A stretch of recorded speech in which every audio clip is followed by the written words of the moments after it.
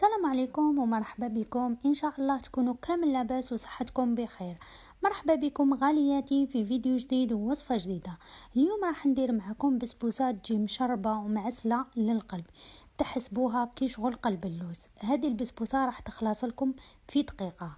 اللي زارت قناتي اول مره نقولها مرحبا والف مرحبا، شرفتوني. ما تنسوش تحطوا لي هذاك الجيم وهذاك الكومنتار، وخلونا نشوفوا مقادير وطريقه التحضير. اول حاجه واش راح ندير، نجيب كاسرونه وندير فيها كاس ونصف تاع سكر. راح نبداو بالشربات. شوفوا انا لهنا درت كاس ونصف تاع سكر، ضفت لهم كاس تاع برتقال، كان متوفر عندي البرتقال، ضفت كاس تاع برتقال ونزيد لهم 2 كيسان تاع ماء. يعني راح تجيب واحد الذوق رائع. اللي ما عندهاش تشينا دير كاس 3 كيسان تاع ماء. نخلطوهم ونحطوهم على النار يغليو. هنايا في اناء او ريسيبيون نجيب نحط 3 حبات تاع بيض، يعني يكونوا بدرجة حرارة الغرفة. لازم يكونوا دافيين يا البنات البيض تاعكم، ولا بدرجة حرارة الغرفة. واش راح نزيدو لهم؟ راح نزيدو لهم كاس الا ربع تاع سكر. يعني البسبوسه تاعنا ما راحش تجينا حلوه، يعني راح يكون الطعم تاعها معتدل او الحلاوه تاعها معتدله. نضيف لهم ملعقه تاع فانيليا، وهنايا المقطع راح لي نضيف لهم قرصه تاع ملح. نخلطوهم جيدا. شوفوا سر النجاح تاع البسبوسه تاعنا انه نخلطوا البيض جيدا حتى يتبدل القوام تاعو ويبدا يروح اللون تاعو للبيوضيه. شوفوا لهنا عندي كاس تاع زيت، نبقى نضيف فيه تدريجيا. يعني الزيت تاعنا نضيفه تدريجيا على مراحل هكا باش يدخل لنا كامل هذاك الزيت في البيض. نبقى نحركه جيدا حتى هذا كامل هذاك البيض يدخل لنا. شوفوا القوام تاع البيض تاعنا كيفاش راهو بدا يتبدل اللون تاعو الى الابيض. نخلطوه جيدا. واش راح نديرو هنايا يا البنات؟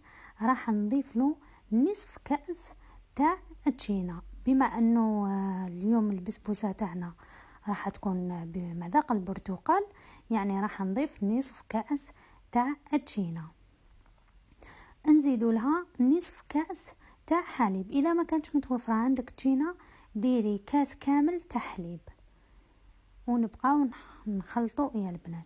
شوفوا البنات لهنا راح ندير 2 كيسان تاع سميد. انا لهنا استعملت سميد تاع ماما، نتوما استعملوا سميد اللي متوفر عندكم. سميد يكون متوسط ماشي رطب البنات، راح يجيكم كيما المسكوتشو لو كان ديروه رطب، يعني سميد متوسط. هنا درت 2 مغارف تاع فرينه مع زوج خماره تاع الحلوى.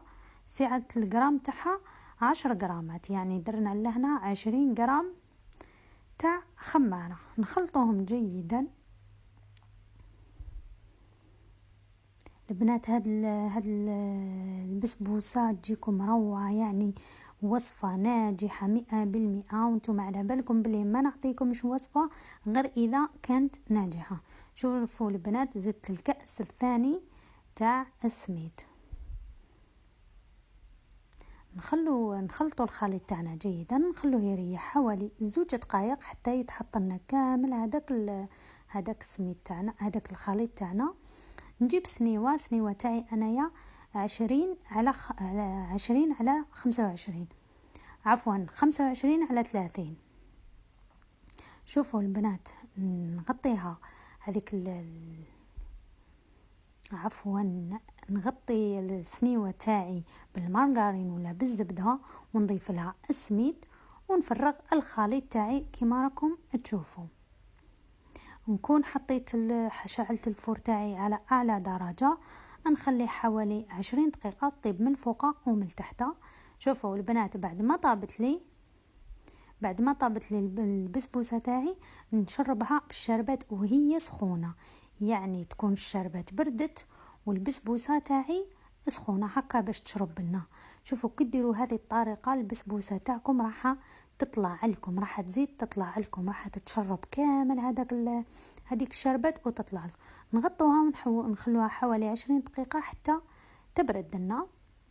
شوفوا هنايا للتزيين انا جبت، كان عندي معجون تاع الفراوله.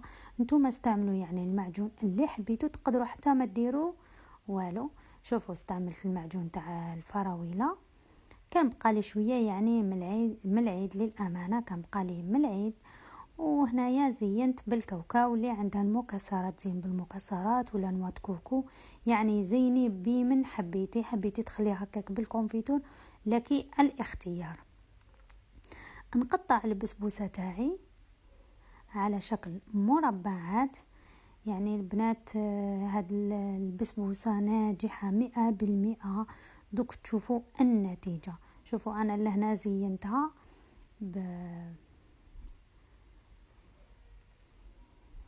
بالكرز. شوفوا يا البنات رائعة رائعة، تحضريها يعني تحضريها على وقفة وناجحة 100%. ان شاء الله تكون عجبتكم الوصفة، وان شاء الله تجربوها. ما تنسوش البنات دعموني بجام وبارطاج، يعني مانيش حابة تعبي يروح خسارة. شوفوا البنات، شوفوا كيفاش جات طالعة، شوفوا كيفاش جات ناجحة، يعني ما شاء الله، يعني ما شاء الله. شوفوا انا نهضر معاكم، انا يعني نصور في الفيديو قريب نكمل هذيك طرونش تاع البسبوسه، يعني مذاقها ولا اروع، رائحه تاع البرتقال بذوق البرتقال ما نحكي لكمش. ان شاء الله يكون عجبكم الفيديو، ان شاء الله نلتقي في فيديو اخر. السلام عليكم.